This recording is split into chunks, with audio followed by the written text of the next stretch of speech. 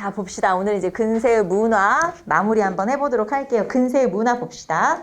482페이지 보시면은 민족문화의 융성 나와 있죠. 자, 민족문화의 융성에서 제일 먼저 한글 창제. 한글은 누가 창제했어요? 뭐 질문이 너무 유치해? 세종대왕이 창제했지? 그리고 집현전 학사들이 이제 해설 같은 걸 만들게 되죠. 그래서 자, 한글 창제 봅시다. 독자적인 문자 때문에 뭐 중국과는 달라서 뭐 우리 글자가 필요하다 이런 거 알죠, 여러분? 그래서 정음청을 설치하고 그리고 집현전 학사들의 도움을 받아서 학자들의 도움을 받아서 창제는 세종대왕이 한 거죠. 세종대왕이 창제를 한 거고 그리고 이거를 보급을 했는데 자, 거기 보시면 구조는 거기 뭐라고 책에 써 있냐면 1940년에 발견된 훈민정음 해례본에 보면 나온다 이렇게 돼 있어요. 이거 뭔 소리야? 1940년에 일제시대죠. 40년이면 그때 우리나라 이런 문화재를 수집하는 사람이 찾은 거야. 세종대왕 때 나온 해설집을 찾은 거예요. 그러니까 한글을 만들었을 때 그때 비슷한 시기에 같이 나왔던 한글, 그러니까 훈민정음 해례본이 해설집 같은 거예요. 원리 같은 거를 이제 설명하는. 그래서 간송 전형필이라고 하는 분이 있어요. 여러분 간송미술관 들어봤어요? 간송미술관? 저기 강북에 가면은 지금도 간송미술관이 있고 그 미술관은 1930년대에 우리나라 최초로 개인이 박물관을 낸 거예요. 개인 박물관. 그래서 일제시대 때 만들어진 박물관이 지금도 남아있어요. 그게 바로 간송미술관이고 이 사람이 엄청 부자야. 그래서 외국으로 빠져나가는 일제시대 때 외국으로 빠져나가는 문화재들을 사온 거예요. 돈 내고 자기 사비를 들여서 돈 내고 사오고 그래서 이런 문화재를 보존하기 위해서 박물관을 지었는데 어쨌든 그 간송 선생이 전형필 선생이 요 훈민정음 해례본을 찾은 거죠.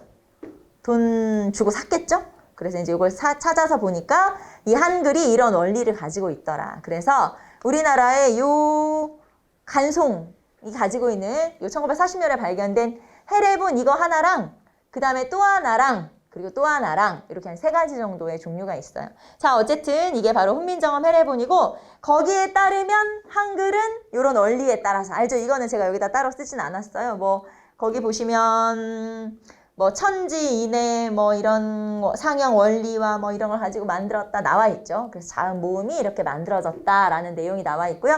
자, 그러면 한글을 창제를 했어. 이게 과연 글자로서 기능을 할 수 있는지를 책을 지어봐야 알잖아요. 글을 지어봐야. 그래서 한글로 쓴 첫 번째 책 이거 용비어창가. 자, 그래서 이거를 이렇게 표현해요. 국문학 첫 작품. 국문학 첫 작품이라고 표현할 수 있죠. 자, 여러분 이 말 들어봤어요?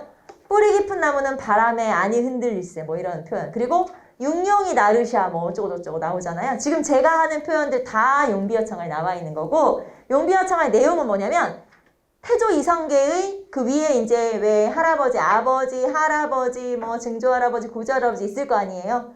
그 사람들이 다 조선을 세울 만한 그런 대단한 집안이었다. 쉽게 말하면 조선 왕조의 어떤 조선 왕조가 만들어지고 하는 것에 대해서 찬양하는 훌륭한 집안이야. 뭐 이런 거를 찬양하는 그런 책이 그런 내용이 용비어창가예요. 자, 그 다음에 나머지 뭐 어린청강지고 석보상절, 월인석보 등등등 쭉 나와 있고 자, 이 중에서는 훈몽자회라고 하는 게 있죠. 그래서 자, 한자의 의문과 뜻을 한글로 기록해 놓은 한글로 설명한 이런 책도 있고 자, 그 다음에 하급 관료를 선발하는 공무원 시험 과목이기도 했죠. 그게 바로 리과의 훈민정음 시험이 있었다라고 하는 것도 알 수가 있고요. 자, 어쨌든 우리가 한글을 만들고 그리고 보급을 하고 그리고 이제 이렇게 글자를 배울 수 있고 책을 읽을 수 있고 이렇게 된 거는 당연히 민족문화 발전의 기반이 되는 거죠. 그래서 민족문화 발달의 기반이 되었다라는 걸 알 수 있고요. 184페이지 보시면은 우리가 금방 얘기했던 책들 조금 더 자세하게 의미가 나와 있는데 이런 게 이렇게 시험에 많이 중요하진 않아요. 용비어창가하고 리과 정도? 이 정도 기억하시면 되죠. 자, 그 다음에 교육제도로 갈게요. 교육제도는 학교죠. 자, 학교는 일단 과거제도와 연관이 돼 있죠. 그래서 교육제도와 과거제도가 이렇게 유기적으로 연결이 돼 있으면서 유학 중심이면서 그리고 양반 중심이면서 그 다음에 고려시대보다는 훨씬 더 교육 기회가 확대되었다. 당연히. 그래서 훨씬 더 개방적 사회라고 했으니까. 자, 그러면 우리는 교육과정 봅시다. 자, 이 교육과정은 이렇게 보시면 되죠. 초등학교, 그 다음에 초등학교 졸업하면 우리 중고등학교 과정, 그게 중등. 중등이 중학교 아니고 중고등학교. 그 다음에 이제 우리 뭐 대학 간다. 그거 고등교육이라고 그래요. 고등이 대학이야. 그래서 이런 식으로 되죠. 자, 그러면 조선시대 초등학교는 서당. 자, 서당은 나라에서 만들었어? 개인이 만들었어? 이거는 관립이야? 사립이야? 이거는 사립이죠. 그냥 개인이 만들 수 있어요. 자, 그래서 서당 졸업하면 자, 이제 중고등학교 들어가야 되지. 중고등학교가 사부학당, 향교. 자, 중앙에는 서울에는 사부학당. 그리고 지방에 있는 중고등학교는 향교. 그래서 이렇게 나눠지죠. 그 다음에 대학은 성균관. 그쵸? 대학은 성균관. 그래서 초등, 중고등, 대학. 이렇게 나눠지는 거죠. 자, 그 다음에 기술교육을 봅시다. 자, 기술교육을 하는 학교는 있다, 없다? 우리 앞에서 잡과 하면서 나왔죠? 기술교육하는 학교는 있다, 없다? 없다. 그래서 결국에는 내가 이런 기술관이 되려면 어디 가서 공부해야 된다? 그 관청에 가서. 알죠? 각 해당 관청에서 교육 및 선발. 그래서 그 관청에 가서 교육을 받으면 된다. 라고 하는 거. 이거 앞에서 우리가 과거제도 하면서 살짝 살펴봤던 거예요. 자, 그러면 여기가 지금 여러분 교재에 나오는 485페이지에 나오는 그 표인데, 자, 서당 아니면은 개인교습. 개인교습이라는 건 그런 거죠? 그 뭐라 그래야 돼? 가정교사 같은 그런 거 있잖아요. 말하자면 이제 그런 걸 두고 이렇게 이제 개인 교습을 받기도 하고. 자, 그 다음에 서울은 사부학당, 지방은 향교가 있고 여기 졸업하면 속과시험을 보는 거예요. 이건 이제 우리 오늘 배웠던 과거 시험하고 연결되는 거죠. 자, 속과는 예비시험, 생원과 진사과 기억나죠? 그래서 지금으로 하면은 아까 제가 뭐라고 했냐면 수능시험 같은 거다. 그래서 여기 합격하면 그 다음 대학 가는 거예요. 성균관. 성균관에서 공부하면 나중에 이제 졸업하고 나서 뭐 고시를 보든 아니면 공무원 시험을 보든 뭐 아니면 취업 시험을 보든 하는 거죠. 그래서 이런 과정을 통해서 시험을 본다라고 하는 거. 그래서 교육과 과거제도가 유기적으로 연결되어 있다라고 하는 게 그런 뜻이고요. 자, 그러면 이제 우리는 하나하나 조금 더 자세하게 뜯어볼게요. 그러면 우리는 초등교육부터. 자, 초등교육은 좀 전에 초등학교 어디? 서당. 이거는 사립. 알죠? 사립. 그래서 서당. 자, 서당은 한 7, 8살부터 입학. 여러분 지금도 7, 8살 입학하지 않아요? 예전에 제가 학교 다닐 때는 한 진짜 몇십 년, 수십 년 전이죠. 제가 학교 다닐 때는 일찍 학교에 보내려고 했었어요, 애들을. 왜냐면 이제 그래야 사회도 좀 일찍 나오고 그게 더 좋은 거다. 제가 어렸을 때는 그랬어요. 근데 요즘에는 여러분 최대한 그 나이에 보내려고 하는 거 알아요, 학교를? 왜냐면 혹시 좀 어려서 학교 들어가면 이제 좀 따돌림 당하고 아니면 이제 못 따라가거나 너무 공부를 못 따라가거나 그럴까봐 요즘에는 좀 그 나이에 맞춰서 학교를 보낸다고 하더라고요. 너무 일찍 보내면 이제 왕따 당하거나 이런 문제가 생길 수도 있기 때문에 그래서 조금 제가 학교 다닐 때는 물론 당연히 너무 오래전이니까 양상이 좀 많이 달라졌구나 그런 생각을 하죠. 자, 그래서 7, 8세 입학. 그러면 서당에서 뭘 배워? 천자문. 알죠? 천자문, 동몽선습 이런 거 배우거든요. 그래서 천자문 그리고 이제 왜 우리 입으로 이렇게 암송하고 하는 것처럼 이렇게 배우잖아요. 그래서 이제 천자문을 이런 식으로 배운다. 자, 그 다음에 서당 졸업하면 그 다음에 이제 중등학교, 중고등. 자, 그래서 중고등학교는 나라에서 만든 학교가 중앙에는 사부학당. 사부학당이라는 건 학교가 몇 개? 서울 사대문 안에 학교가 4개 있다는 뜻이에요. 그래서 동학, 서학, 남학, 중학.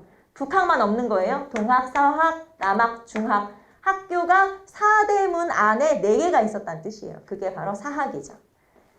자, 그러면 사부학당 사학은 문묘는 없고 교육만 한다. 이게 무슨 말이냐면, 자, 문묘라고 하는 건 공자, 맹자를 비롯한 훌륭한 선비들에게 제사 지내는 사당이고 이 제사 지내는 사당은 지역마다 하나씩 있으면 돼요. 자, 이제 여기까지 기억하시고 조금 이따 다시 설명할게요. 자, 지방에는 그러면은 학교가 뭐가 있어? 향교. 자, 관학은 나라에서 만든 거죠? 나라에서 만든 서울에 있는 중고등학교는 사부학당, 나라에서 만든 지방에다 만든 학교는 향교. 이렇게 구별이 되죠. 그래서 중고등학교 단계에 해당하는 건 사부학당이나 향교가 있고, 자, 향교는 각 지방마다 설치한 학교예요. 부, 목, 군, 현에 하나씩 설치돼요. 부, 목, 군, 현에 하나씩 설치됐다는 게 당연히 지방마다 다 설치했다는 뜻이고, 자, 그래서 여기에는 교수나 훈도를 파견하죠. 선생을 파견하기도 하고, 자, 그리고 여기에서는 성현 제사, 그리고 유생 교육. 자, 그래서 향교는 여기다 써볼까요? 제사와 교육의 기능을 가지고 있어. 제사와 교육의 기능을 가지고 있다. 제사는 공자맹자에게 제사를 지내는 사당이에요. 그래서 각 지역별로 한 개씩 있어.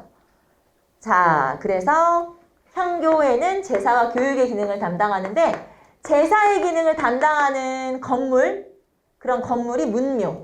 그러니까 이 향교 안에 문묘가 있는 거죠, 말하자면. 그래서 문묘가 있고, 그 다음에 교육을 담당하는 건 명륜당. 지금으로 하면 강의실이겠죠? 그래서 명륜당이 있어요. 다시. 자, 각 지역마다 나라에서 만든 학교가 향교인데, 그 향교 안에는 공자맹자에게 제사를 지낼 수 있는 사당인 문묘와 그 다음에 수업을 할 수 있는 강의실인 명륜당으로 구성된다 라고 하는 거죠. 그게 이거고, 자, 그 다음에 양인 이상이면 입학이 가능하다. 양인은 누구? 평민. 평민 이상이면 입학이 가능한 거예요. 자, 그럼 다시 여기로 가볼게요. 자, 중앙에 있는 사부학당은 뭐가 없다고요? 문묘가 없다고? 그러면 제사와 교육의 기능 중에서 뭐가 없는 거예요? 제사의 기능이 없이 교육의 기능만 있는 거예요. 이해되나요? 왜냐하면 한 지역에서 문묘는 한 개만 있으면 되는데, 서울에는 문묘가 어디 있냐? 최고 교육기관에 문묘가 있겠죠. 그럼 그 최고 교육기관이 어디야? 성균관. 성균관에 문묘가 있으니까 그 아래에 있는 학교들은 문묘가 있을 필요가 없지. 교육만 하면 되는 거예요. 이해돼요? 각 지역마다 문묘는 한 개씩만 있으면 되니까 서울에는 성균관에 있으면 되지. 그거예요. 자, 그 다음에 지방에다가 만든 사립학교인데 중등 정도의 어떤 수준을 가진 학교가 서원. 물론 지금 제가 중등 정도의 이 레벨이라고 말했지만, 수준이라고 얘기했지만, 실제로는 나중에 서원이 굉장히 발달을 하기 때문에 서원은 나중에 가면 이 성균관과 맞먹는 정도의 수준으로 올라가게 돼요. 알겠죠? 원래는 중등 교육의 기능을 했었던 기구지만 나중에는 워낙 훌륭한 이런 선비들이 막 참여하는 서원들이 많이 늘어나고 하기 때문에 나중에는 이게 성균관급으로 올라가기는 해요. 근데 어쨌든 여기선 그냥 이렇게 다룰게요. 자, 우리 서원은 아까 살펴봤잖아. 최초 서원, 백운동 서원. 사액을 받았더니 이름이 뭘로 바뀌었지? 소수서원. 네, 맞아요. 그래서 이 서원이 이제 이런 식으로 바뀌게 되고, 사액 받았다는 거 기억나죠? 그래서 그 사액을 하자고 건의했던 사람이 누구였었냐면 이황이었지. 네, 이황이었어요. 그것도 한번 생각해 보시고. 자, 여기는 선현 제사와 교육을 담당해요. 여기는 성현인 거 여러분 느낌 왔어? 성현. 여기는 공자맹자를 비롯한 나라에서 훌륭한 선비들. 여기서는 선현. 우리 집안 사람이거나 아니면 내가 존경하는 선비. 알겠어요? 그래서 약간 달라요. 자, 여러분 헷갈리면 그냥 제사라고 하면 돼요. 무슨 말인지 알겠지? 나는 좀 헷갈리는데 그냥 제사와 교육의 기능이 있다 이렇게 하면 돼요. 똑같은 기능이니까, 비슷한 기능이니까. 자, 그러면 고등교육은 어디? 성균관? 자, 성균관 가봅시다. 최고 교육기관이고 소과 합격자가 입학을 하죠. 자, 그래서 원래 원칙으로는 소과 합격자만 입학을 해야 되는데 성균관은 정원이 정해져 있어요. 그래서 이 정원에서 궐원이 생기면, 쉽게 말하면 TO가 생기는 거야. 왜냐면 합격생이 과거 합격이 돼서 나가기도 할 거 아니에요. 그럼 이제 TO가 생겨, 비는 자리가 생겨. 그러면 그거를 그냥 비워두는 게 아니라 사부학당으로 가. 서울이니까. 여기서 학생들을 간단한 시험을 통해서 뽑아와. 그러면 원래 원칙대로 들어온 소과 합격자가 있지. 정식 입학. 이해되죠? 근데 여기는 특채 입학이나 마찬가지잖아요. 그래서 이렇게 정식 입학한 학생들을 상재생이라고 하고, 그리고 이런 식으로 특별히 뽑아온 학생들 있죠. 그 TO가 생겨서 뽑아온 이런 사람들을 뭐라고 하겠어? 당연히 하재생이라고 하겠지. 그래서 상재생, 하재생 이렇게 구별하기도 해요. 이해돼요? 자, 그 다음에 알성시 특권. 이거 아까 얘기한 거지. 과거 시험은 원래 3년에 한 번 식년시. 그런데 특별시험이 있어요. 자, 여러 가지 특별시험 중에서 성균관 유생만을 대상으로 한 특별시험은 뭐 있어? 알성시. 그래서 아까 설명한 거고. 자, 그 다음에 성현 제사 문묘. 공자맹자 제사 문묘. 그리고 유생교육 명륜당. 그래서 문묘와 명륜당으로 나눠지고요. 이 제사를 지내러 누가 가는 거예요? 왕이 가는 거예요. 왕이 행차하러 가서 자, 내가 지금 문묘 제사하러 왔어. 성균관에 내가 행차한 거잖아. 왔잖아. 그럼 애들 공부 열심히 하고 있어. 그래서 알성시를 봐서 뽑아가는 거예요. 그래서 이제 이런 식으로 이루어지는 거고 이 성균관의 유생들이라고 하면 나라에서 전액 장학금 주고 심지어는 용돈도 주고 말하자면 노비도 주고 그런 존재예요. 전액 장학금, 그 다음에 전 모든 학생 기숙사, 거기에다가 노비, 그 다음에 용돈 이렇게까지. 그러니까 이 사람들은 예비 관료로서 인정을 받는 사람들이기 때문에 나라의 일에 대해서도 민감하게 반응을 해요. 말하자면 지금 정치가 나는 좀 별로 마음에 안 든다? 그러면 양반 유생들이 상소를 올리거나 아니면 그래도 더 마음에 안 들어. 그러면 쉽게 말하면 지금으로 하면 단식투쟁. 그 다음에 동맹휴학 이런 것 등을 해요. 그래서 권당, 공관 이런 것들. 그러니까 이제 권당 같은 게 단식투쟁 같은 거고 그 다음에 공관이라는 건 그 관청을 비워버리는 거니까 동맹휴학하는 거예요. 우리 수업 거부 이렇게 되는 거죠. 그래서 이런 식으로 예비 관료로서의 어떤 역할을 할 수도 있는 게 바로 성균관이었다라고 하는 거고 자, 이거 빼먹었어. 성적 우수자 속과 초시 면제 아니 속과 초시랜다. 초시 면제 그러니까 대과 초시를 면제하는 거죠. 1차 시험 면제. 그 다음에 여기 향교에서 성적 우수자 속과 초시 면제. 여기서 속과 초시 면제고 그 다음에 성적 미달. 성적 우수도 있고 미달도 있을 수 있잖아요. 성적 미달은 군역. 원래 학생은 군대 면제되는 거 알죠?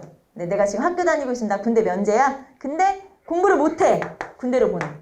그래서 그런 일도 있다. 그래서 이제 이렇게도 한번 봐주시면 되겠죠? 자, 그래서 교육제도 한번 쭉 살펴봤어요. 486페이지 보시면은 고등교육기관 성균관에 대해서 설명이 되어 있고 오른쪽에 도움글 보시면 성균관의 운영에 대해서 조금 더 자세하게 나와 있어요. 한번 읽어보시고 자, 우리는 역사서로 갈게요. 아, 시험에는 향교나 성균관 잘 나와요.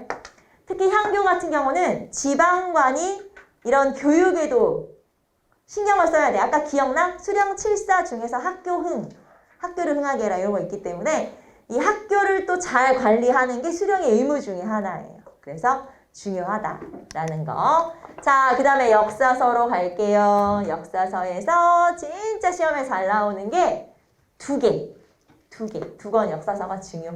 자, 건국초 고려국사. 이거는 정도전. 자, 정도전이 조선을 세운 사람인데 고려의 역사에 정리했어.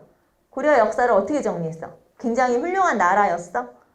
아니면 야, 엉망이니까 내가 새로 만들었지. 그렇게 했겠지. 정통성을 나타내. 내가 조선을 건국할 수밖에 없잖아. 그래서 이제 고려에 대해서 그런 식의 서술들 하게 되죠. 그래서 여기서는 조선 건국의 정당성을 설명하기 위한 노력을 하는 거죠. 그래서 내가 조선을 세운 거잖아. 이런 식으로. 자, 그 다음에 동국 사략은 고려 이전의 역사에 대해서 저술. 그래서 여기서는 고려 국사 정도? 자, 15세기 중엽으로 갑시다. 15세기 중엽에서는 고려사.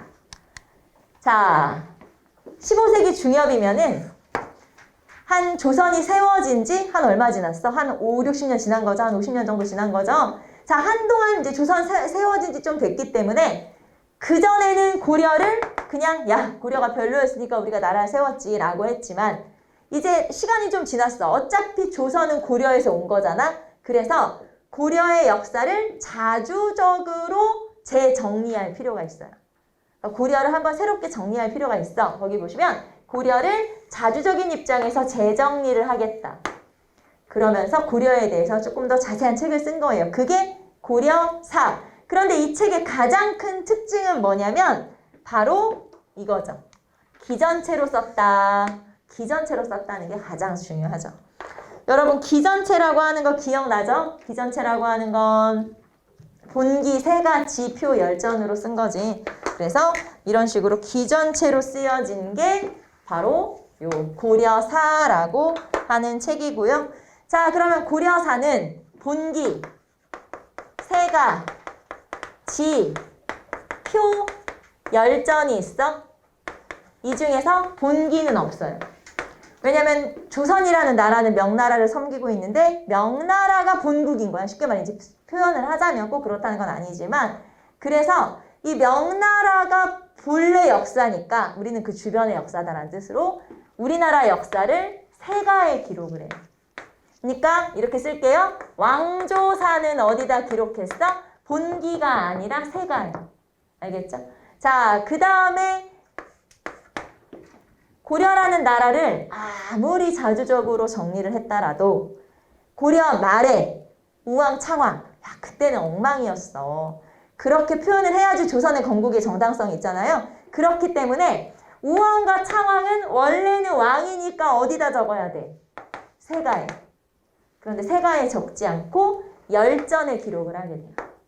그러니까 왕으로 인정을 안 한 거야. 알죠, 여러분? 폐가입진 그런 것처럼. 왕으로 인정을 안 한 거지. 그래서 우왕과 창왕은 열전, 그 다음에 기전체로 서술, 그 다음에 왕조사는 세가에, 세가로 기록, 거기에다가 자주적으로 정리. 그래서 이런 것들이 고려사, 기전체라는 게 가장 중요하죠.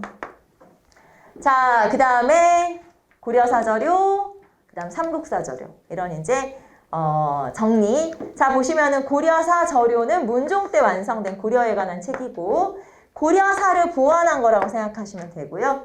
그 다음에 삼국사저료는 성종 때. 자, 삼국사저료는 이런 거예요. 삼국사저료는 단군에서부터 삼국시대까지를 적은 거예요. 그래서 고조선에서 통일신라까지, 여기 신라, 통일신라 시대까지. 그래서 편년체로 적은 거다. 자, 그러면 지금 여기는 고려, 여기는 삼국, 여기도 고조선에서부터 고대. 전부 다 역사를 처음부터 끝까지 종합편으로 나온 건 아직은 없죠. 그래서 종합편으로 나온 역사책이 드디어 만들어지게 돼요. 자, 이런 걸 뭐라고 하냐? 최초의 통사. 통사 무슨 뜻일까요? 통사. 우리나라 역사를 통으로. 언제부터? 단군조선부터. 언제까지? 고려 말까지, 최근까지. 우리나라 역사를 전체를 다 기록했어. 통사. 자, 우리나라에서 처음으로 만들어진 통사. 최초의 통사, 동국통감. 알겠죠? 그래서 동국통감은 최초의 통사로서 중요하고 최초의 편년체 통사. 최초의 편년체 통사. 자, 그래서 고조선에서 고려 말까지를 기록했고요. 자, 그러면 요 동국통감 같은 경우는 자, 삼국시대는 삼국기. 통일신라 시대는 신라기. 고려는 고려기. 라고 기록을 했어요. 그런데 삼국 이전은 자료가 많이 없잖아. 그래서 외기라고 했어요. 외기. 삼국 이전의 역사를 외기로 기록했어요. 이해돼요? 자, 동국통감은 삼국시대는 삼국기, 통일신라는 신라기, 고려는 고려기라고 따로따로 기록을 했는데 그 앞에 고대는 자료가 없어. 그래서 다 모아놨어. 외기라고 했어요. 그래서 여기서 삼국 이전을 외기로 표시했다라는 건 그런 뜻이고 그 다음에 동국통감 같은 경우는 고려사 저료 플러스 삼국사 저료 이 두 개를 합친 거예요. 그러면 여러분 삼국사 저료는 언제부터 언제까지? 고조선부터 단군조선에서부터 이제 통일신라 삼국시대까지. 그 다음에 고려사저료는 고려 처음부터 고려 끝까지죠. 그럼 합치면 언제부터 언제까지야? 단군조선에서부터 고려 말까지. 이해돼요? 이 두 개를 합친 거예요. 그래서 삼국사저료, 고려사저료 합치면 동국통감. 이렇게 되는 거죠. 자, 시험에는 뭐가 나오냐? 시험에는 고려사, 동국통감. 이게 시험에는 잘 나오고, 자, 이런 거 물어볼 때 그냥 안 물어보더라. 사료 꼭 제시하고 물어보더라. 그래서 여러분 교재에 보시면은, 자, 488페이지 고려사 서문, 488페이지 동국통감 서문. 그래서 이런 책들을, 이게 사료들을 제시하고, 다음 사료와 관련된 서적의 설명으로 옳은 것을 골라라. 알겠죠? 그런 식의 문제들이 잘 나오기 때문에 여러분은 이렇게 두 개가 중요하다. 이게 저한테 지금 설명을 들어서 이게 고려사고 동국통감이구나 구별이 되더라도 사료가 뭔지 파악을 못하면 문제를 못 풀잖아요. 그래서 사료를 꼭 읽어보시고 아 이게 고려사구나 동국통감이구나 이렇게 체크를 하시면 돼요. 무슨 말인지 알겠죠? 그래서 여러분하고 나중에 아마 사료를 따로 살펴볼 시기가 있을 거예요. 왜냐면 사료를 우리가 수업 시간에 못 봤기 때문에 한 번쯤 정리를 하려고 하는데 아무튼 한번 해봅시다. 자, 그 다음에 조선왕조실록. 자, 조선왕조실록으로 한번 16세기 역사서를 빼먹었구나. 16세기 역사서는 16세기는 사림이 정권을 차지한 시기. 사림은 기자 좋아해. 기자 중시. 그래서 여기서는 기자를 강조한 역사책들이 쓰여지게 되죠. 그래서 여기에서는 동국사랴 그리고 표제음주 동국사랴, 그리고 기자실기, 동사찬용. 제가 이렇게 넘어가는 건 뭘까요?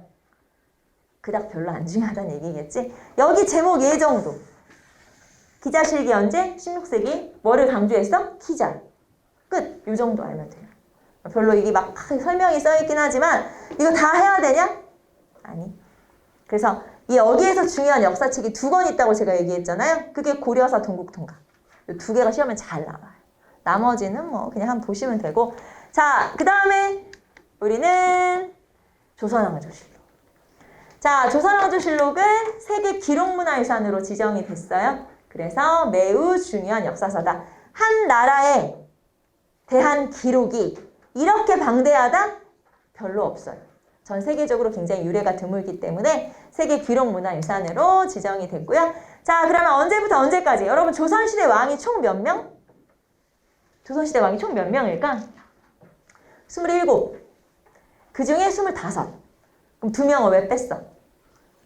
고종, 순종. 일제시대잖아. 그래서 이거는 이제 아무래도 실록이 있긴 있어요. 하지만 왜곡이 많이 됐을 거 아니야, 일제시대에. 그래서 빼고, 자, 철종까지. 그래서 태조에서부터 철종까지 25번째 왕까지 25대 왕까지의 기록 한 400여 년간의 기록이고 자 날짜 순으로 기록했죠? 편년체 기록이다 라는 걸 알 수가 있고요. 자 쫓겨난 왕은 일기라고 했다. 그러면 누구? 쫓겨난 왕이 누구예요? 오늘 2명 다 배웠네. 하나는 연산군 일기.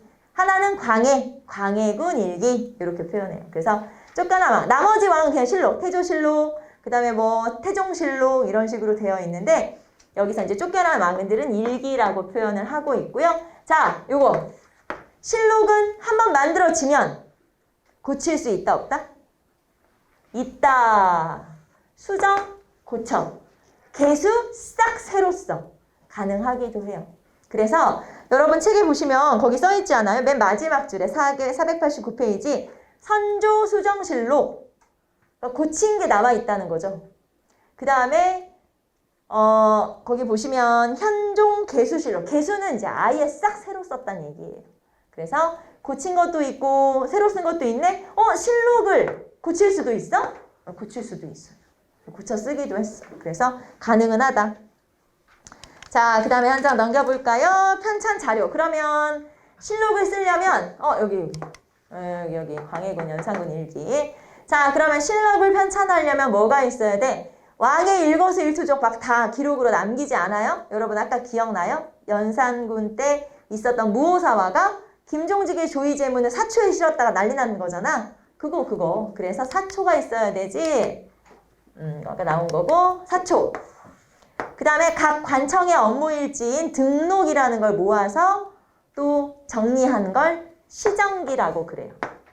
사초는 왕과 신하들의 어떤 대화라든가 왕의 언행, 그 다음에 시정기는 관청의 업무일지 같은 거를 일지를 모아놓은 거, 그 다음에 의정부와 관련된 기록 의정부 등록.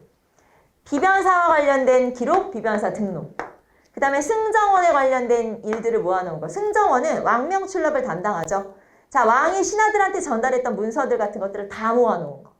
그래서 사실은 조선왕조실록보다 몇 배 더 자료량이 많은 게 승정원 일기예요. 훨씬 양이 많아요.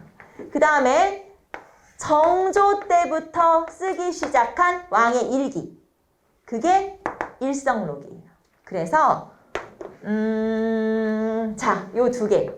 승정원 일기, 일성록. 제가 지금 동그라미 쳤는데 제가 왜 동그라미 쳤냐면 세계 기록문화유산. 일성록이랑 거기 왼쪽에 써있죠. 일성록이랑 그 다음에 승정원 일기 세계 기록문화유산으로 지정이 됐어요.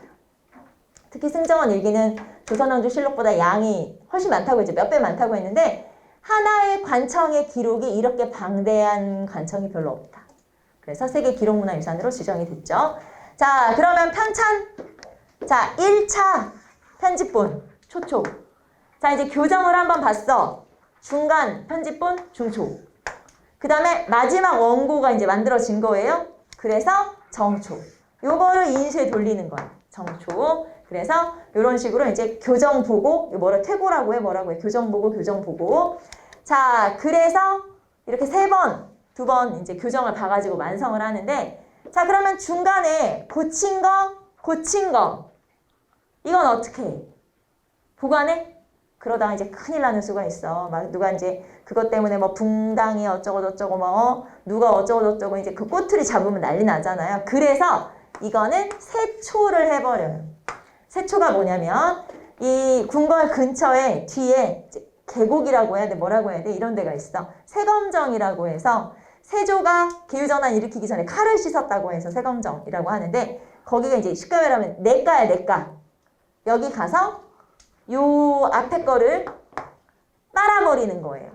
빤다고 제가 표현해서 좀 이상하지만 물로 씻어버리는 거죠. 이게 도톰한 종이 같은 걸로 되어 있어요. 그래서 먹으로 글씨를 쓰니까 물로 이렇게 헹구면 글씨가 이제 지워지는 거예요. 무슨 말인지 알겠죠? 그래서 이런 세초의 과정을 거쳐서 종이를 재활용하기도 한다. 그게 바로 이런 과정이죠.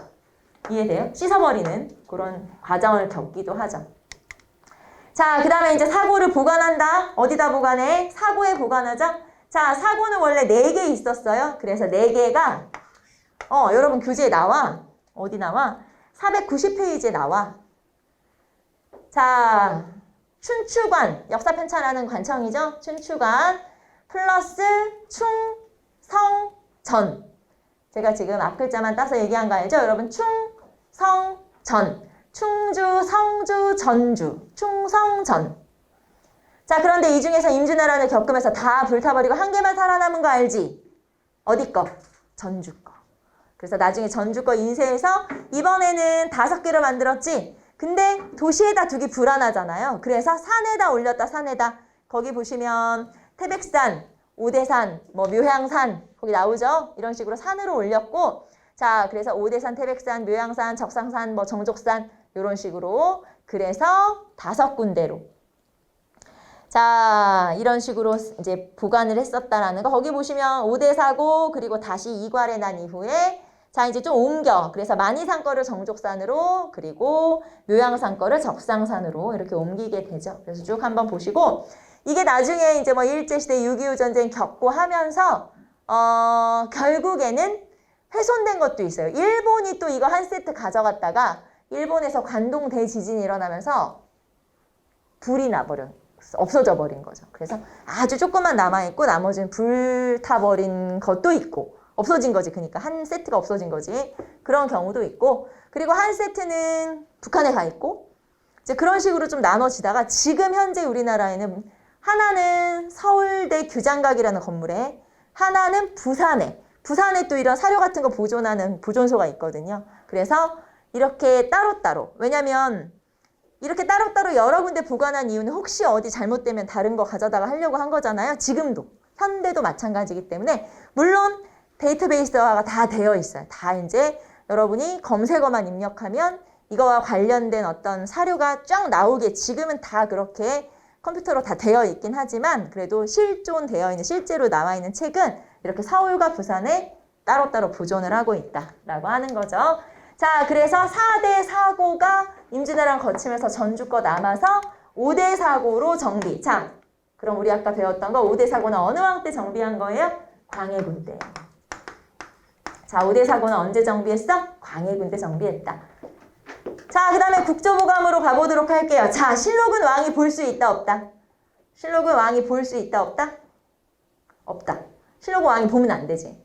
일단 보면 어떻게 하고 싶을까? 우리 할아버지에 대해서 뭐라고 썼는지 나 너무 궁금해. 볼 거야. 봤어. 그럼 어떻게 돼? 고치고 싶잖아. 그렇지 않겠어요? 자, 그래서 실록은 볼 수 없다. 사초는 왕이 볼 수 있다, 없다? 사초. 기록, 자료. 사초는 왕이 볼 수 있다, 없다? 없다. 마찬가지예요. 제가 나에 대해서 뭐라고 썼는지 너무 궁금해. 밤에 몰래 봤어. 어떻게 하고 싶어? 고치고 싶잖아. 그래서 안 돼요. 심지어는 우리가 정말 성군이라고 알고 있는 세종대왕, 영정조 다 그렇게 사관들을 볶으면서 가져와 봐라. 내가 한번 보자. 다 그랬었어요. 세종대왕도 그랬었어. 우리가 성군이라고 알고 있는 세종대왕도 그렇게 가져와 보라고 한번 읽어보자며 그런 일을 그렇게 얘기를 하기도 했었고요. 그 다음에 이 사관, 사초, 실록 이런 게 얼마나 무섭냐면 태종 이방원이 사냥을 갔다가 말에서 떨어졌어. 제일 먼저 찾았던 사람이 사관이야. 야, 이거 쓰지 말라고 해. 사초에 나 말에서 떨어진 거. 창피하니까 쓰지 말라고 해. 그래서 굉장히 왕들은 그런 객관적인 역사 속수를 부끄럽게 생각을 했었던 거죠. 그러니까 조심스럽게 생각을 했었던 거지. 자, 그래서 왕은 실록을 볼 수 없다. 그럼 왕이 앞에 선 왕들의 업적을 어디서 봐? 볼 수가 없잖아. 공부를 해야 되는데. 그래서 만든 왕들의 교과서. 업적만 모아놓은 교과서. 그게 국조보감이라는 책이에요. 자, 그래서 국조보감은 왕들의 교과서로 쓰이는 역사책. 업적만 쫙 모아놓은 거지. 그거를 국조보감이라고 그래요. 훌륭한 선정과 언행들만 모아놓은 책이다. 자, 그래서 조선왕조실록에 대해서 한번 쭉 살펴봤고요. 자, 그 다음에 이제 나머지 뭐 지도, 지리서 이런 것만 한번 간단하게 볼까요? 내용이 너무 많아. 자, 첫 번째 혼일강리 역대 국도지도. 자, 체크되어 있는 거 보니까 너무 중요하겠죠? 시험에 너무 잘 나오는. 자, 혼일강리 국도 역대 국도 지도라고 해서 세계 지도예요. 어느 왕 때가 중요해요? 어느 왕 때? 태종. 자, 현존 지금 남아있는 동양 아시아에서 가장 오래된 최고의 세계 지도. 지금 아시아에 남아있는 세계 지도 중에서 가장 오래된 세계 지도다. 그게 바로 혼일강리 역대 국도 지도. 하지만 안타깝게도 일본, 우리나라는 없고 일본이 보존하고 있어요. 그것도 사실 원본은 사라지고 여러분 필사본 알죠? 손으로 베껴서 그린 그것만 남아있어요. 필사본만 남아있는데 자, 이거는 원나라 세계지도의 영향을 받았고 원나라 세계지도는 또 아라비아 지도의 영향을 받았어요. 지도학이 발전한 지역이 아라비아니까 그런 이슬람의 영향을 받아서 만들게 됐고요. 자, 그러면 지도를 한번 봅시다. 491페이지에 사진이 나와요. 한번 봐봐. 세계지도야. 근데 어디가 제일 커? 중국이 제일 크지. 자, 그러니까 이거는 진짜 가보고 그린 걸까? 편집한 걸까? 편집한 거겠지. 그래서 중국 지도, 우리나라 지도, 그 다음에 원에 들어온 세계 지도 이런 거 합쳐가지고 만든 거고 그렇기 때문에 아무래도 중국 중심의 세계관을 담고 있어서 우리나라랑 중국이랑 되게 크게 그려져 있고요. 자, 왼쪽에는 일본이 있는데 일본이 뒤집혀 있는 거 보여요? 방향이 좀 이상하지. 그래서 일본은 좀 뒤집혀 있고 자, 그러면 우리나라 출발. 자, 이제 여러분 눈으로 쭉 따라가 보세요. 출발. 자, 중국 거쳐서 간다. 옆으로 쭉 간다. 자, 쭉 가. 그래서 동남아 거쳐서 인도 거쳐서 서남아시아 거쳐서 아프리카까지 갔어. 나 혼자 갔어? 잘 따라왔어? 아프리카가 거기 가운데 구멍 뽕 있죠? 맨 끝에 거기가 아프리카. 그럼 아프리카 위로 가면 뭐가 있겠어? 유럽이 있겠지. 그래서 유럽 거쳐서 다시 이제 돌아와. 중앙아시아 거쳐서 다시 우리나라로 돌아왔는데 자, 이제 세계를 한 바퀴 돌아왔어. 뭐가 없어? 아메리카 대륙이 없는 거예요. 왜 미국은 없어? 미국이 있어야 되잖아. 미국이 없어요. 미국이 없는 이유는 이 아메리카 대륙을 1492년 콜럼버스가 처음 발견. 그런데 이 지도는 1300년대 미리 만든 지도예요. 아메리카가 있는지도 몰랐어. 그래서 아메리카 대륙 발견보다 먼저 만들어진 지도이기 때문에 신대륙은 없다. 네, 아메리카는 없다. 가장 큰 특징 중에 하나예요. 아메리카 대륙 없다. 그 다음에 동양에서 가장 오래됐다. 자, 그리고 더 중요한 건 어느 왕이다? 태종이다. 이게 가장 중요하죠. 자, 그 다음에 나머지 지도로 가볼까요? 자, 팔도도. 자, 팔도도는 지금 여러분 교재에 태종 때 이회가 제작한 전국 지도이며 세종 때 정척이 만들었다. 말하자면 팔도도라고 하는 지도는 두 개예요. 태종 때 만든 거 하나, 세종 때 만든 거 하나. 그래서 뭐 이렇게 한번 봐두시고, 근데 남아있진 않아요. 제대로 남아있지 않기 때문에 의미는 없지. 자, 그 다음에 동국지도 봅시다. 자, 동국지도는 실측도. 이건 남아있어요. 근데 동국지도 같은 경우는 세조 때 우리 아직 안 배웠어요. 인지의와 규형이라고 하는 토지를 측량하는 기구를 발명했어요. 세조가. 그래서 이 기구를 이용해서 처음으로 실측해서 만든 지도. 실측이라는 건 실제 재봤다 이 말이잖아요. 그래서 실측해서 만든 지도. 다시. 자, 동국지도라는 건 세조 때 인지의와 규형이라고 하는 토지 측량 기구를 발명했어요. 그래서 이걸 이용해서 실제 측량을 하고 만들었어요. 그래서 최초의 실측도에 해당하는 게 바로 동국지도라고 하는 거고. 자, 그 다음에 조선방역지도는 문종 때, 이 조선방역지도에는 만주와 쓰시마까지 다 우리나라 땅으로 표시가 돼 있어서 그 당시에 어떻게 보면 우리나라의 이런 인식 체계를 알 수 있다. 자, 그 다음에 지리지. 신참팔도 지리지 최초의 인문지리서. 지금은 매우 일부만 남아있고요. 그 다음에 세종실록 지리지. 세종실록 지리지는 세종실록이 부록으로 들어가 있는 거예요. 그래서 단군의 건국 설화가 적혀 있고. 자, 그 다음에 팔도 지리지. 팔도 지리지. 그리고 동국여지승남. 이 중에선 이게 가장 중요하다. 동국여지승남. 자, 동국여지승남 같은 경우는 자, 봅시다. 여기에는 군역의 연역, 지세, 인물, 풍속 이런 것들이 적혀 있죠. 그래서 한번 봐두시고. 자, 그 다음에 이거를 이제 보완한 게 신증동국여지승남. 요거 하나만 붙어 있는 거죠? 신증만. 네, 요걸 이제 증복, 말하자면 확대 이렇게 보시면 되겠죠. 그 다음에 이 팔도총도라고 하는 이 신증동국 여지승남의 부록으로 따라오는 지도가 있어요. 이 지도에 울릉도와 독도가 표시되어 있어요. 그래서 이제 팔도총도에 독도 표시가 되어 있다. 읍지는 그냥 각 지역별로 이렇게 지도를 만든 거고, 그래서 이 중에서 가장 중요한 건 동국여지승남. 하나만 고르라고 하면 동국여지승남 체크 한번 해보시면 되겠고. 자, 그 다음에 윤리의례서 삼강행실도. 자, 세종 때.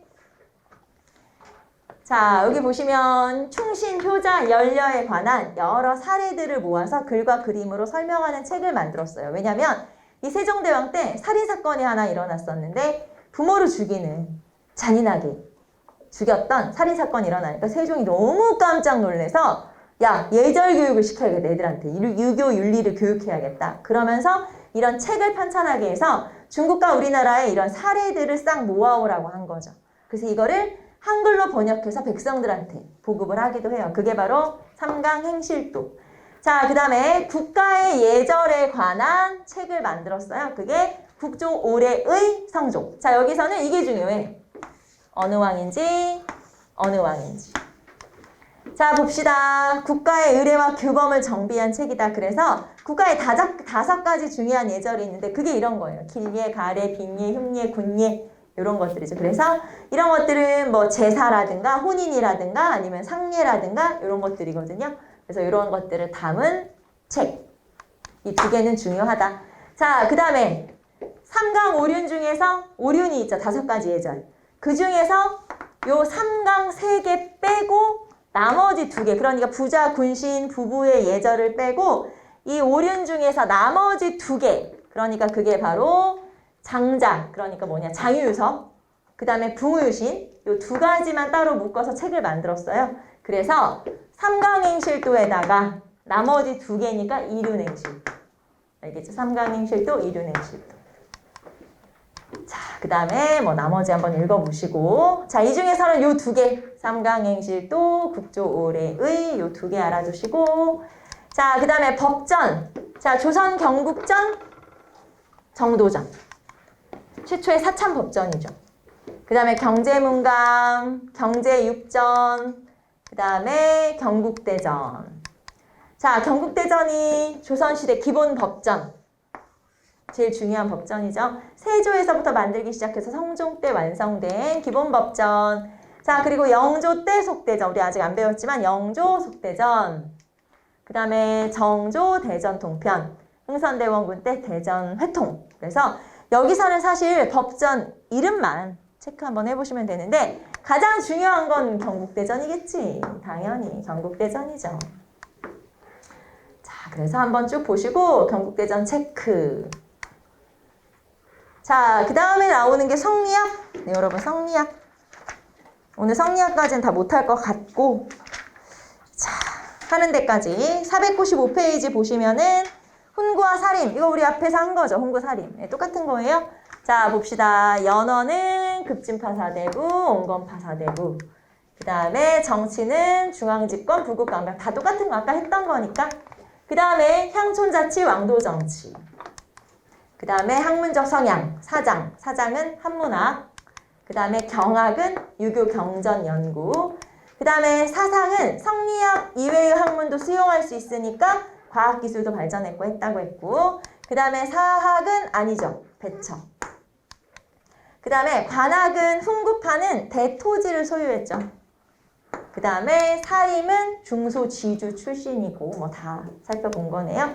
주로 15세기, 주로 16세기. 그래서 훈구, 사림 앞에서 한번 하면서 다시 정리한 거니까 봐두시고. 자, 그 다음에 이기론으로 가볼까요? 자, 이기론이라는 게 말 그대로 리와 기와 관련된 학문을 말해요. 리. 이게 원리. 알겠죠? 원리라고 생각하시면 돼요. 그 다음에 기. 그래서 이거는 기운, 기세, 뭐 이런 약간 그런 표현이죠. 그래서 사실은 이 원리라고 하는 건 도덕. 그 다음에 말 그대로 원리. 이런 걸 말하는 거고, 기는 뭐냐면 경험, 현실, 이런 걸 기라고 그래요. 그러니까 도덕적이고 원리적인 것들, 그리고 이거는 경험할 수 있고 현실적인 것들, 그런 것들을 리와 기로 구분할 수 있어요. 그래서 이 중에서 말 그대로 리를 더 중시한다, 주리론. 기를 더 강조한다, 주기론. 리를 더 강조한 사람, 도덕적 원리를 강조한 사람, 이황. 그 다음에 기를 더 강조한 사람, 이. 이렇게 구분할 수 있어요. 그래서 우리 전에 처음에 여러분하고 설명하면서 문화 파트 설명하면서 뭐라고 했냐면 문화에서 이런 이론이 나오긴 해. 하지만 이론으로 깊이 들어가면 너무 어려워. 그래서 유학에서는 여러분이 뭘 기억하시면 돼요? 학자. 그러니까 조선 전기는 학자 누구?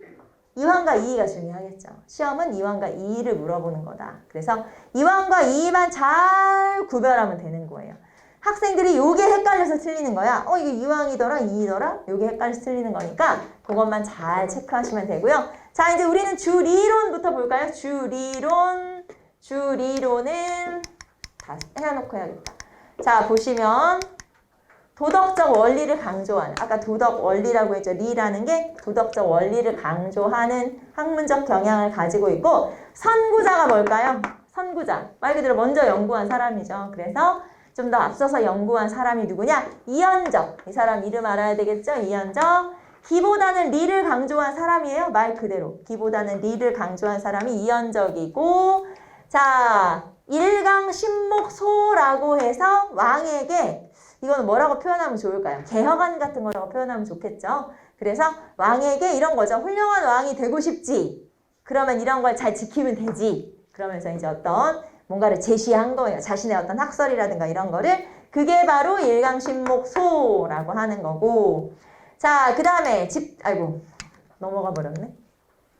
자, 그 다음에 집대성. 집대성이라는 건 완성. 자, 그러면 주리론을 완성한 사람은 누구? 이황. 그래서 이황이 이걸 완성했다. 자, 이기이원론의 주리론을 집대성했다. 이렇게 볼 수 있겠죠. 자, 그 다음에 이게 나중에 일본 성리학에 영향을 주기도 하고요. 왜냐면 일본으로 이황의 학설이 많이 전해지거든요. 그래서 앞에서 우리 그런 얘기 하지 않았어요? 성리학이랑 도자기가 발전했다. 임진왜란 이후에. 왜냐면 우리나라에서 성리학자들을 많이 잡아갔기 때문에 그때 요 영남 지방에 이황의 제자들이 많이 끌려갔어요. 그래서 이황의 학설이 전해지게 되는 거고요. 자, 그 다음에 위정척사 사상이라는 건 나중에 이제 개화기 때 서양을 배척하는 거예요. 서양의 문화를 받아들이지 말자 이렇게 주장하는 걸 위정척사라고 그래요. 그래서 이런 위정척사에 영향을 준 게 주리론. 주리론. 자, 그러면 주기론으로 가봅시다. 주기론. 자, 주기론이면 뭐를 강조해? 기를 강조해. 기는 뭔데? 현실 경험. 요 단어만 잘 알고 있으면 되는 거예요. 그러니까. 뭔 말인지 너무 어려운데? 아까 말했죠? 주리, 도덕 원리. 주기, 현실 경험. 이런 단어만 좀 잘 알고 있으면 되는 거예요. 자, 선구자는 2명. 하나는 서경덕, 하나는 조식. 이런 인물들이 선구자죠. 서경덕이라는 인물은 모든 것을 기라고 하는 어떤 현상으로 이해하고자 하는 사람이어서 이 사람을 기일원론을 주장했다라고 표현해요. 기일원론. 기만 강조하는 거겠죠? 네, 기일원론을 강조했고, 자, 모든 것이 이 기에 따라서 운영되거나 움직이거나 나타난다? 태허설이라고 그래요. 결국에는 태허설도 기를 강조하는 거예요. 그래서 이런 태허설을 강조하면서 기일원론을 강조했다? 서경덕. 자, 그 다음에 조식. 자, 조식은 누구냐? 학문적 실천성을 강조하는 인물로서 이 사람은 주로 학문의 실천성을 강조했기 때문에 이 사람의 제자들이 의병장으로 많이 활약을 하게 돼요. 이 사람의 제자들이 의병장으로 주로 많이 활약을 하게 된다. 임진왜란 때. 자, 그러면 이렇게 의병장으로 활약했던 인물들이 나중에 광해군 때 집권을 하게 되던데 광해군 때 집권했던 분당이 어디예요? 북인이죠? 이 사람들이 나중에 북인이 되는 거야. 그래서 다 이렇게 연결이 되는구나. 그럼 누구의 제자들인 거예요? 북인들이? 조식의 제자들인 거지. 조식의 제자들이구나 라는 걸 알 수 있고, 자, 그 다음에 조식이 주장했던 것 중에 되게 재밌는 게 우리나라를 망치는 가장 문제가 있는 사람들이 누구냐? 서리는 관청의 하급 관료들이죠. 그래서 얘네들 나라를 망쳐먹어.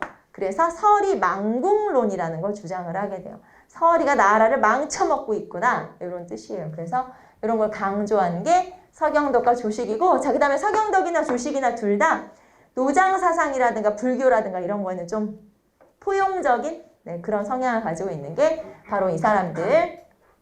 자, 그 다음에 집대성은 완성. 자, 그러면 주기론을 완성한 사람은 당연히 누구? 이이가 되겠죠. 이이. 그래서 이이의 학설은 나중에 북학파 실학자에게 연결, 그 다음에 개화사상의 연결, 이렇게 되는 거죠. 북학파 실학자는 청나라를 배우자, 개화사상은 서양을 받아들이자. 그래서 이렇게 이제 좀 수용하는 태도를 가지고 있는 게 이 사람들이고, 자, 여러분 보통 우리가 이황의 라이벌은 누구? 라고 우리 생각하잖아요. 이황의 라이벌이면 이겠지. 그런데 실제 그 당시에, 요 시기에 이황과 이와 서로 뭐 연배가 비슷하다거나 아니면은 서로 막 경쟁 관계에 있다거나 아니야. 실제로는. 그럼 실제로는 이 당시에 라이벌 누구냐면 조식하고 이황. 조식하고 이황은 고향이 비슷해요. 그리고 연배도 비슷해. 하지만 성향이 완전 달라. 조식은 평생 벼슬 안 하고 그냥 제학자, 그쵸? 처사로 산다고 하잖아요. 제학자로 살았던 인물이고 그 제자들이 중앙에 진출한 거야. 아까 북인. 알겠죠? 그렇게. 자, 그런데 이황은 벼슬도 많이 하고 그리고 또 뭐라고 표현해야 돼? 또 여러분한테 다 말할 수는 없는데 아무튼 좀 그런 인간적인 면이 있는데 아무튼 이황 같은 경우는 재산도 많이 모으고 그 다음에 벼슬도 많이 하고 자신의 이름을 좀 드높이기도 하고 약간 이런 스타일이에요. 그러니까 이 스타일이 완전히 조식하고는 반대라고 볼 수 있죠. 그래서 서로 약간 경쟁 관계이기도 하면서 서로 좀 약간 못마땅하게 생각하면서 제자들도 서로 으르렁거리기도 하면서 이렇게 그 당시에 실제로 라이벌 관계에 있었던 사람들은 이황하고 조식에 해당이 되는 거예요. 그래서 실제로는 이렇게 비교가 많이 되고 그래서 광해군 때 어떤 일이 있었냐면 조식의 제자들이 북인이잖아요. 이 북인은 조식을 추앙을 한 거예요. 추앙이라는 건 지금 막 스승님 막 이렇게 높이 모셨다는 거지. 그래서 이 조식이라고 하는 인물을 이 제자들인 북인들이 문묘에 대향을 하고 싶다. 쉽게 말하면 우리 스승님, 우리 스승님을 문묘에 모셔서 제사 지내고 싶어. 그러면서 우리 선생님은 올리고 이황이나 라이벌이잖아. 이황이나 아까 이현적 기억나죠? 이현적 이 두 명이 원래 문묘에 올라가 있었거든요. 빼자. 이황이랑 이현적을 빼고 우리 선생님 올리자. 조식을. 그래서 광해군 때 북인들이 이거를 추진했었어요. 어떻게 됐어?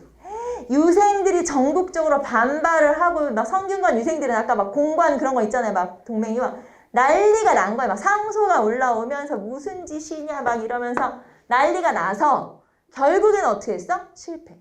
그래서 조식은 결국에는 문묘에 배양되지 못하고 이황과 이인은 그대로 난리가 나버려서 그러면서 이제 이때부터 약간 이런 사건이 있을 때부터 이제 이 광해군대 북인들이 말하자면 이제 신망을 잃게 된 거죠. 말하자면 미움을 받기 시작한 거지. 그래서 그런 일이 있었던 게 바로 요 조식과 이황의 제자들 관계죠.